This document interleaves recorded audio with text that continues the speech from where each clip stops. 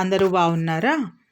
మనకి ఎక్కువగా టైం లేనప్పుడు హెల్తీగా చేసుకునే ఒక రైస్ రెసిపీని చూద్దాము. దానికోసం ముందుగా పొయ్యి వెలిగించుకుని కుక్కర్ పెట్టుకుని నూనె వేసుకుని దాంట్లో కొంచెం మసాలా దినుసులు వేసుకోవాలి. చెక్క, లవంగం, ఇలాచి, జీలకర్ర వేసి వేగిన తర్వాత కొంచెం పచ్చిమిర్చి, దాంట్లోనే కట్ చేసుకున్న వెజిటేబుల్స్ అన్నీ వేసుకోవాలి. అలాగే కార్న్ కూడా వేసుకోవాలి, స్వీట్ కార్ను.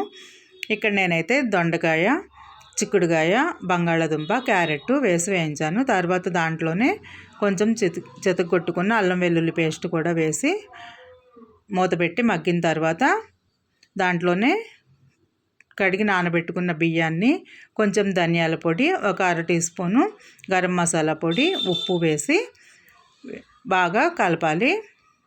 తర్వాత దాంట్లో ఒక గ్లాస్కి 2 గ్లాసుల చొప్పున నీళ్లు పోయాలి. కొంచెం ఒక పావు గ్లాసు పాలు కూడా పోసి మూత పెట్టి ఉడికించాలి. అంతే, ఎంతో కమ్మగా ఉండే కార్న్ రైస్ రెడీ. కొత్తిమీర